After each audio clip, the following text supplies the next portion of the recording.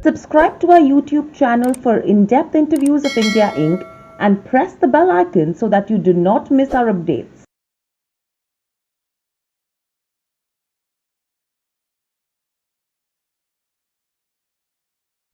Hello and welcome to Nirmal, ladies and gentlemen. I'm Hiral Dadia. We have with us Dr. Sanat, Kaul, Chairman at International Foundation for Aviation, Aerospace and Drones, joining in. Welcome to the show, Dr. Kaul, and a pleasure to have you on the show.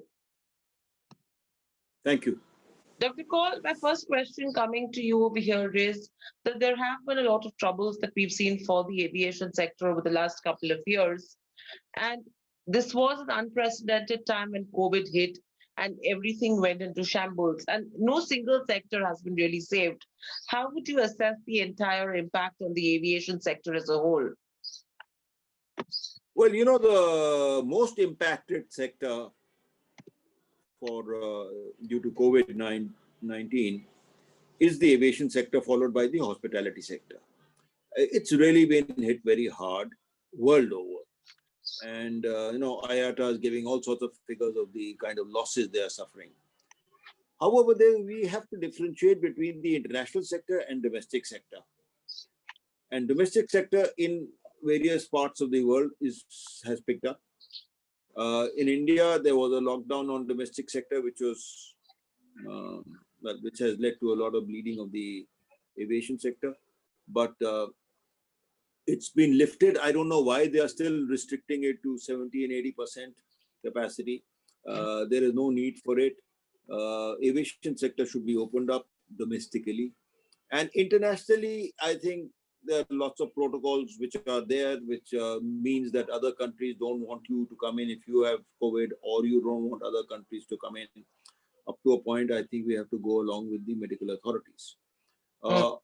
As domestic sector is concerned, I've been advocating that, the RT-PCR test should be made into a compulsory this thing. The price of the test is coming down. And it makes it safe, because the air conditioning and everything in the aircraft is generally much better than traveling by any other mode. But person to person contact inside the aircraft can be damaging. So RT-PCR test, which is a sure sign that you're not carrying it, only people with negative RT-PCR test should be allowed to fly, but that has not happened. So aviation has now, in a way, I'll say, started. It has picked up, and people have started traveling by air more, because I think it's a safer mode of. It is the safest mode of transportation to begin with, but it's even safer in COVID times than, say, train or bus, or personal car. Up to a point is safer than aircraft. But then you can't go very long distance in a car. So travel has to pick up. It must pick up, and hospitality has to pick up for the economy to survive, for the huge number of employees who are involved in this environment. And I don't think we really can continue very much longer uh, withholding the aviation sector anymore. It's an economic necessity. It is a social necessity, and I think that's how I look at it. Right. So Dr. Kaul, overall, I mean, we know that the government permitted special international passenger flights under Vande Bharat mission, and they had bubble arrangements formed with around 24 countries, if I'm not mistaken, since July. However, the scheduled international flights remain suspended. Do you think that the revival of the overseas travel is expected to be slower and more challenging than domestic then? Yes, of course, because domestic policies are laid by the government, and like Maharashtra didn't allow domestic flights to passengers to go to their various locations. This can be discussed internally, but on international, some countries have taken a drastic view, some have not. So I presume there is a need for a bubble arrangement. But those countries which don't want a bubble arrangement, or which feel quite satisfied, they should open up, and I think we should have more and more discussions with countries. Now, for example, India spoiled its image because, if you remember, Air India flights to Hong Kong, I think twice or thrice they were stopped because they carried people who turned out to be positive, COVID positive. Now that is unfortunate because uh, there was no reason not to test them before leaving with RT-PCR. RT-PCR is the gold standard, as they say. The other one is just not good enough because those are just antibodies which they check, and you could be a silent carrier.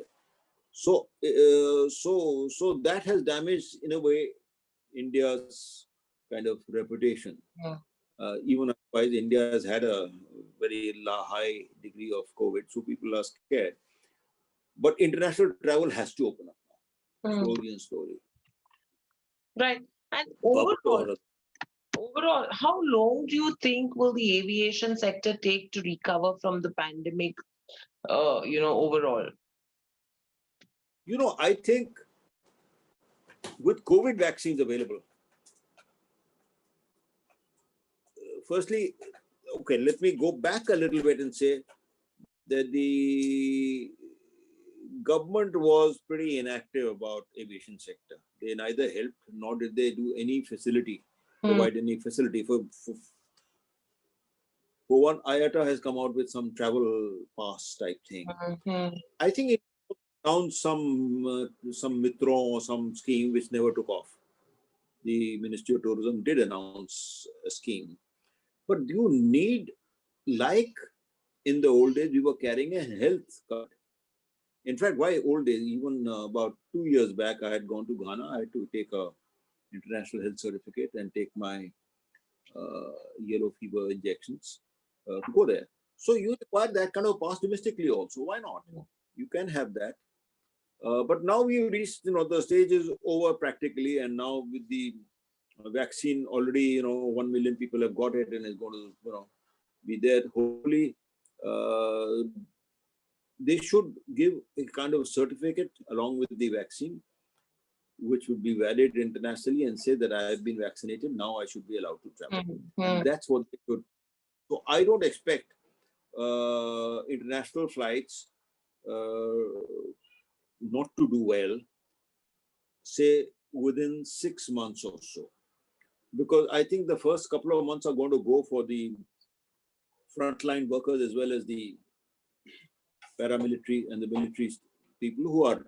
That is, in fact, a good thing that they are doing. They are categorizing them and giving them a vaccine. But after the vaccine will spread all over. But as airlines have also demanded that the airline crew should also be given a priority, which I think is good. By airline, even other transport sectors should be given this thing, but airline in particular should be given because they need security. They are going to fly people up and down all the time.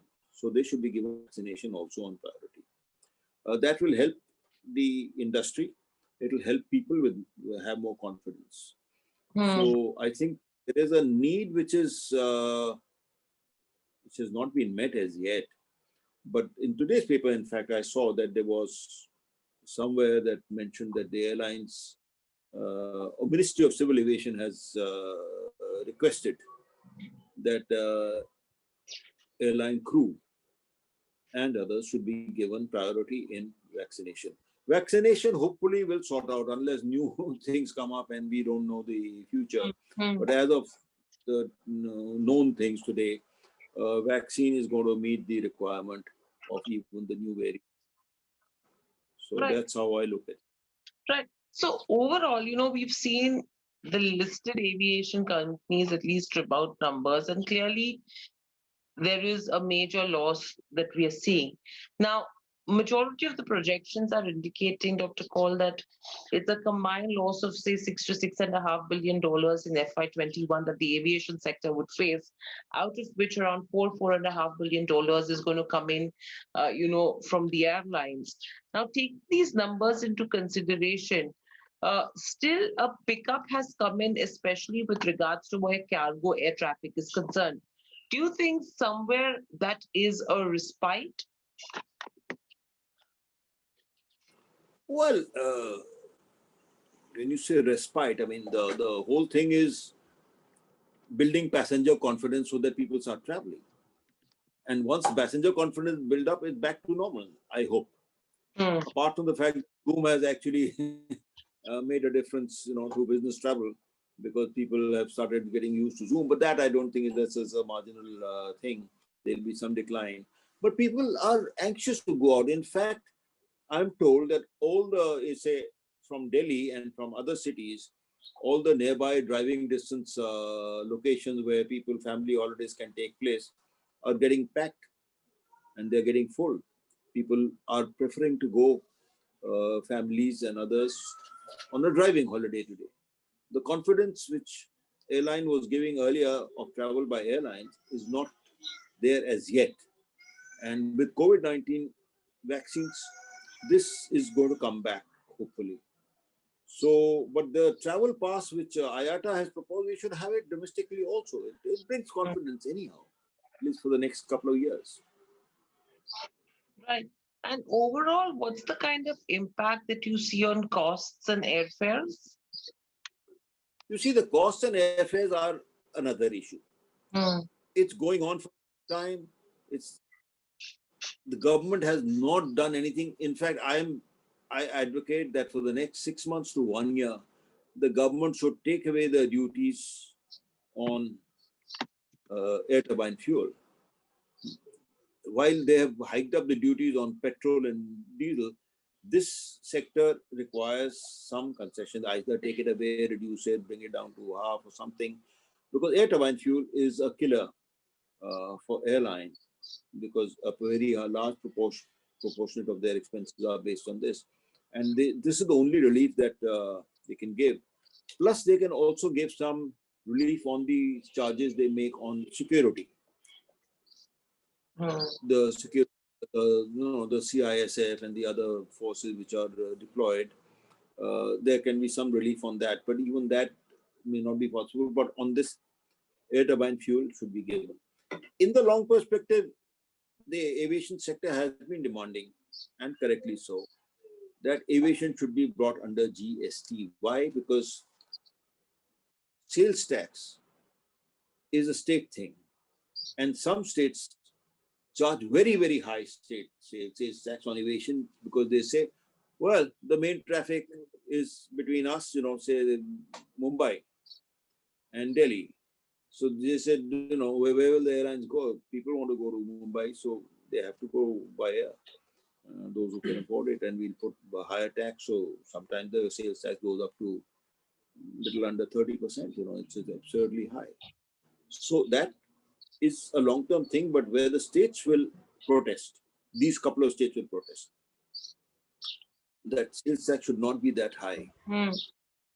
And they, in fact, they are differentiating between cities in Maharashtra also. Correct. So Mumbai is high and some cities are low.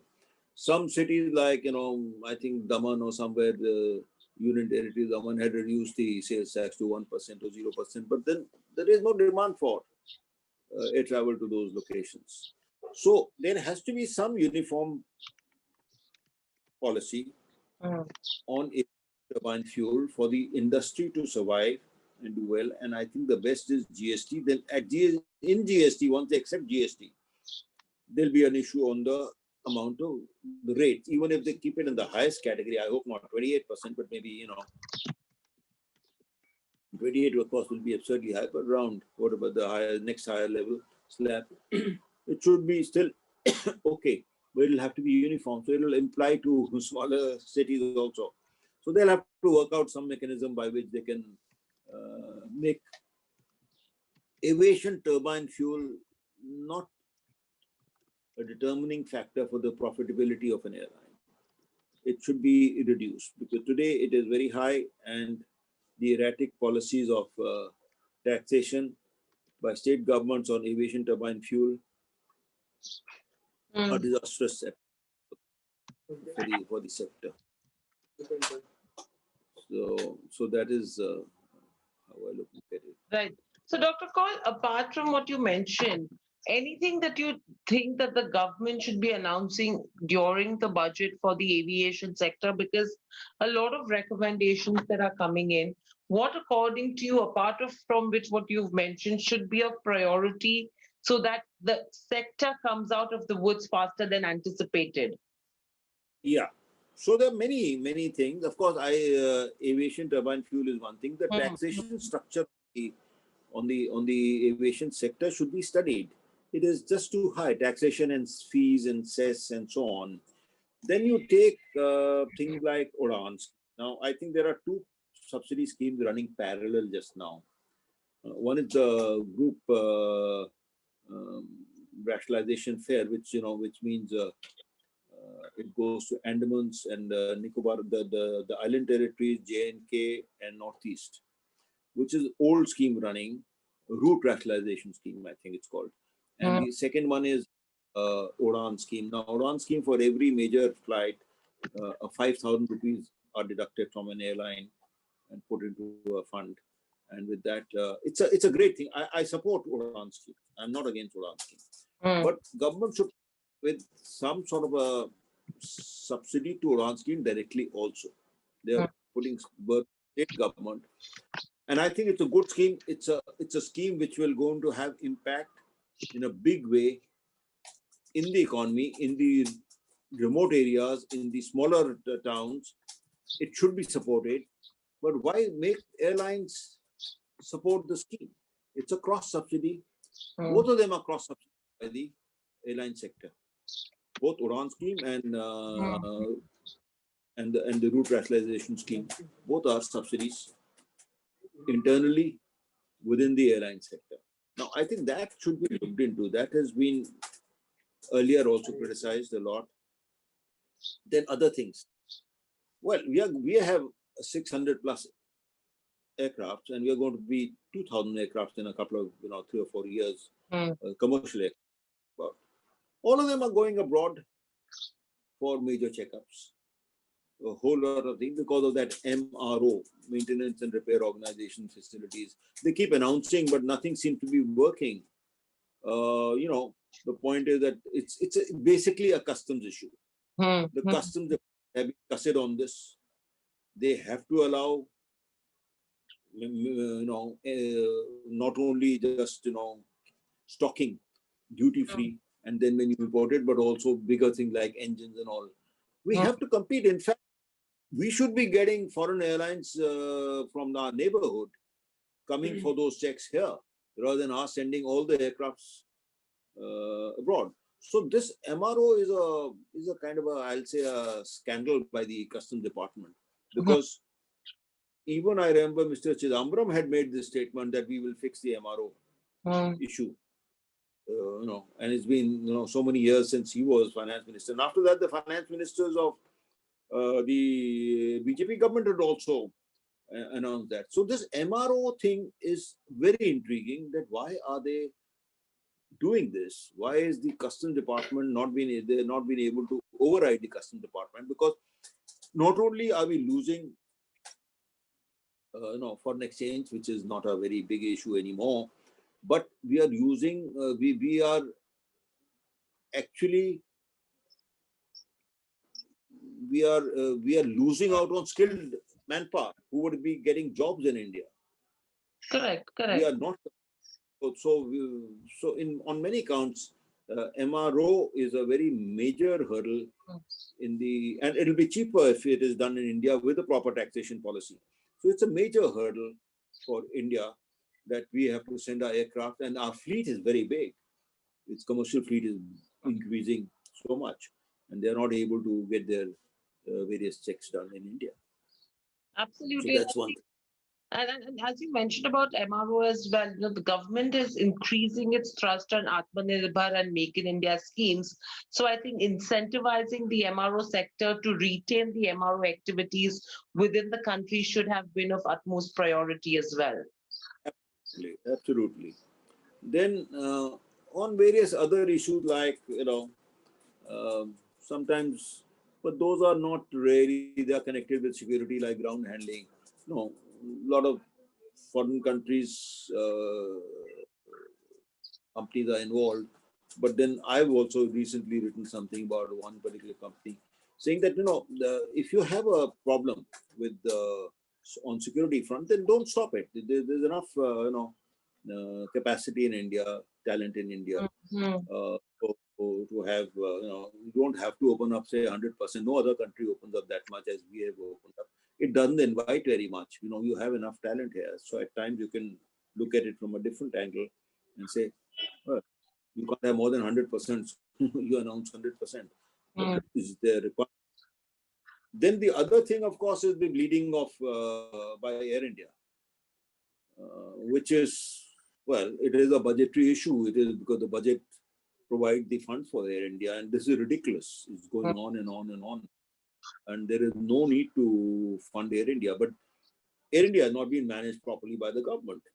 The boards are not professional. Why didn't we do a Satyam type thing for Air India? That's the obvious thing. Japan Airline had a much higher, I think it was $10 billion loss. They turned it around in about 24 months because they put a professional team to work to turn it around. We have not done that, and now we want to sell it. I hope it. We've had so many opportunities. We have so many calls when people were not coming forward. Now people are very optimistic that there are 2 or 3 bidders. Well, we can only hope for the best. But if it doesn't turn out, what is next? What are you going to do about it? But still, you keep changing MDs and top people every now and then. There is no consistency in the policy. So Air India, unfortunately, uh, is a very sad thing about the budgetary load on the government. And in fact, go in support of Air India. I was on the board of Air India also a long time back. Government of India never gave budgetary support to Air India till about 2002 or 3. 2001, Air India was being privatized. It was 99% done. Then that time, Tata Singapore Airline, there was an issue with Singapore Airline. They did not come forward. They walked out of the joint company, and thereafter came then then there were a lot of problems after that, and the merger took place. The number of aircraft bought and unsustainable load on Air India, combined Air India. So Air India is an issue which somebody has to sort this out.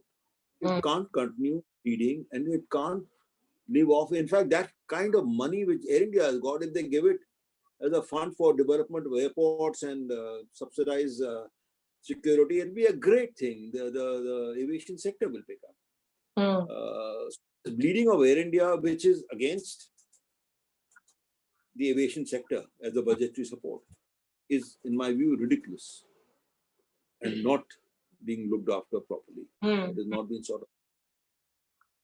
Why did Government of India not do a Satyam type of thing for Air India, which is required? Yeah. So that is how I look at it. Otherwise, but it is not a budgetary place where government is prepared to give a lot of money to aviation. But if you are going to have development of remote and inaccessible areas, then I think there is a need not only to support the airport development, but also the subsidy which is given to the airlines from the budget. Correct. And it is done elsewhere. In US, they do it. Of all the places where they are against subsidy, they subsidize remote areas. In Canada, they do it. Absolutely. So Financial aid is also something which is required in some form. It's been, I think, recommended by Naresh Chandra committee also, but no. So when you ask me what is the my take on what kind of budget they should get, they should think of these things. But of course, I know that there are a lot of constraints on the budget just now, especially after COVID. So it may not be possible for doing it, but these are the wishes which should be there for the next budget, and they should meet it. Absolutely. And very lastly, Dr. Kaul, what's your view with regards to what happened with Jet Airways? They've been trying really hard for a really long time that they find a buyer. There is something done because it was a good brand name that India held in the international markets as well. Do you think really a hard stance should be taken on Jet Airways as well now? Oh, that's anybody's guess. This is more. This is not aviation. This is more like business. Some business go down, they come up. So there are a lot of people unemployed. There's a good lot of people professionally very sound. So on that, it's very difficult to for me to make a statement because I really don't know the investors, how much money they're prepared to bring in, what is their risk appetite. If they can revive Jet Airways, that'll be great. It certainly will be great. But it is a question which nobody can easily answer. At least an aviation person cannot answer. It has to be more like a business person who can answer this kind of a question. Hmm. Jet Airways, a great airline, but it collapsed. Absolutely. Thank you, Dr. Cole, so much for speaking to us. I think great insights from a veteran like you. Hoping to speak to you once again pretty soon as something gets announced, either on the divestment or some upgrades